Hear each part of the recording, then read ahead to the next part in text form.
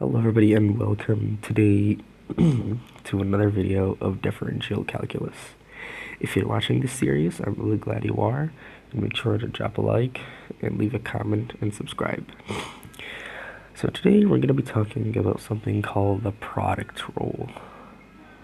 The product rule. See, what exactly is the product rule? We've taken something called the power rule. Let's quickly revise what is the power rule. If I, for example, have a function, that function is f of x, it's equal to x cubed, and I'd like to differentiate it. So I'd say that f prime of x, you take down the power, multiply it, and then take minus 1. So that would be 3x squared. I highly recommend you check out my video about the power rule. Anyways, speaking about the product rule, let's get back to where we were. The product rule is from its name. We're using it when we're trying to find the product of two functions when we're differentiating them. So if I have two functions, say z of x, that's equal to x to the fifth power, and I have another function which is g of x, which is equal to sine of x.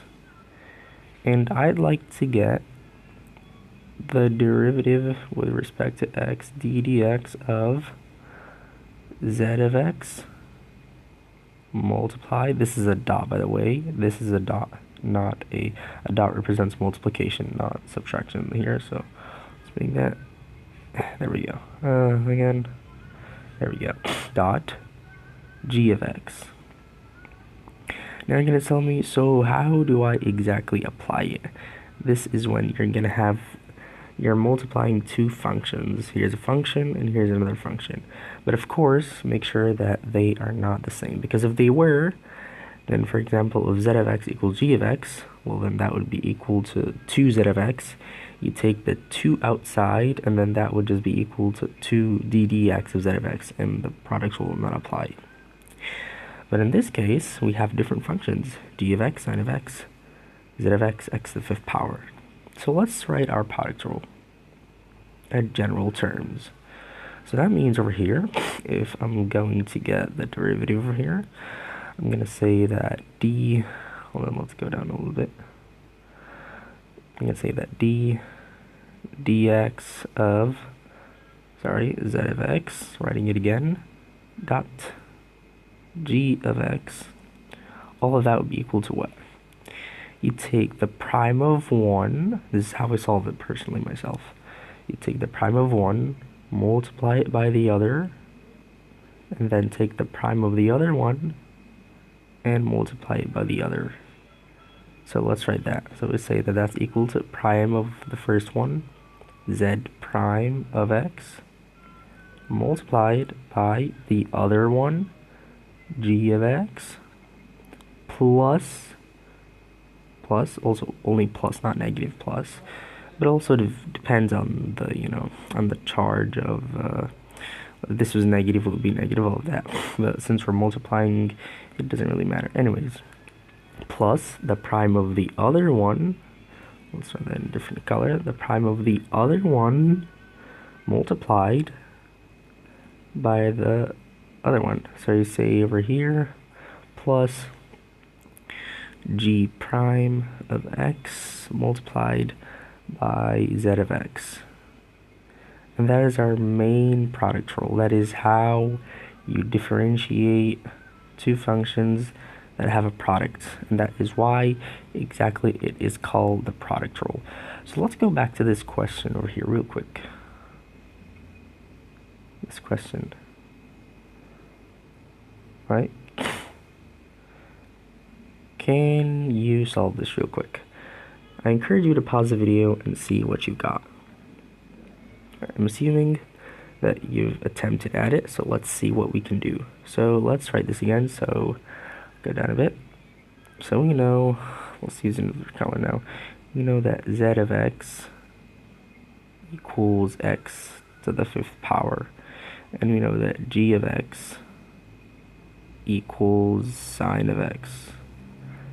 So I'd like to get d dx of x to the fifth, which is z of x, multiplied by g of x to the fifth, multiplied by sine of x. Perfectly clear.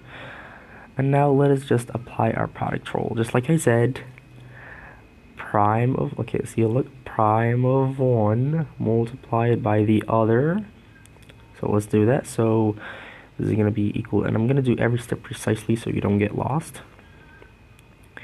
Okay, so so prime of, so this is going to be equal to d dx of x to the fifth power, all of that multiplied by sine of x plus, again, do it again, plus prime of the other one multiplied by the first one.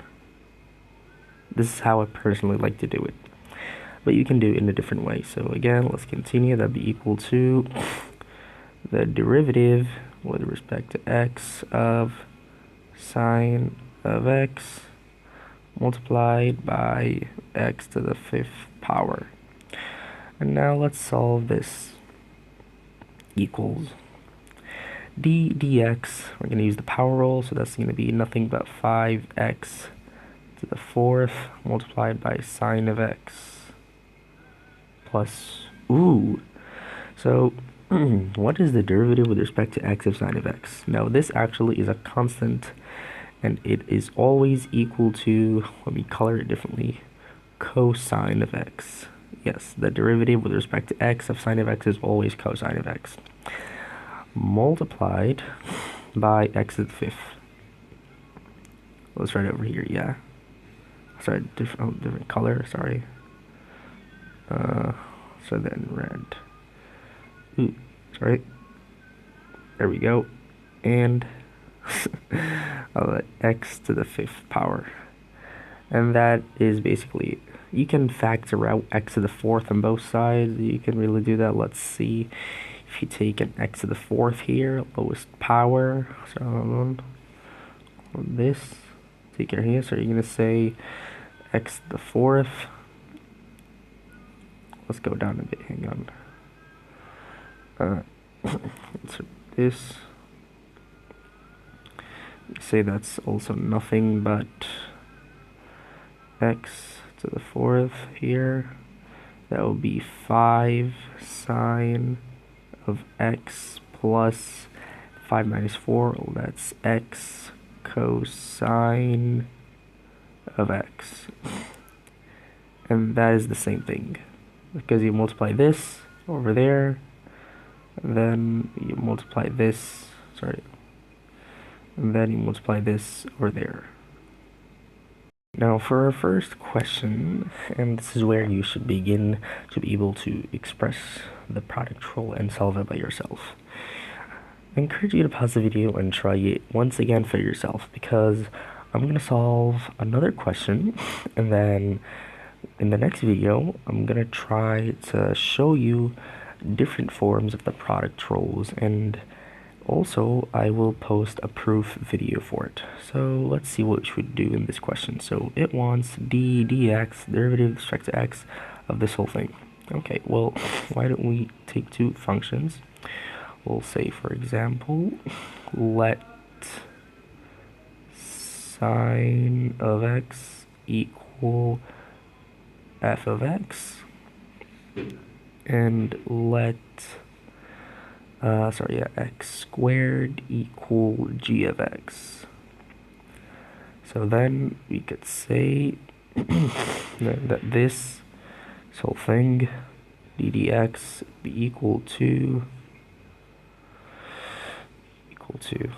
okay, let's take prime of 1, say sine of x. So as we learned, derivative with respect to x, sine of x is always cosine of x. That would be, let's write in red, cosine of x multiplied by x squared plus derivative of the other one, which is x squared, so that power roll, so that would be 2x multiplied by sine of x. And for our last question in the video, this question is also pretty nice, and it has two new ideas that if you aren't approached to with, well, you're probably gonna get this wrong. So I encourage you to pause the video and try this for yourself. Alright, so there are two things we need to establish before we solve this question. And that is what we always do. We get the function. We say, for example, that e to the x is equal to f of x. And if you don't know what e is, I don't know what I'm just kidding. If you don't know what e is, it's Euler's constant. Leonard Euler's constant. And you should take a pre-calculus course before even learning how to do calculus, because there are a lot of things that you need to know in calculus. Complex numbers, inverse functions, matrices, vectors, conic sections, a lot of things. Anyways, so back to what we're saying. E to the x is a function. And I've got another function, which is g of x.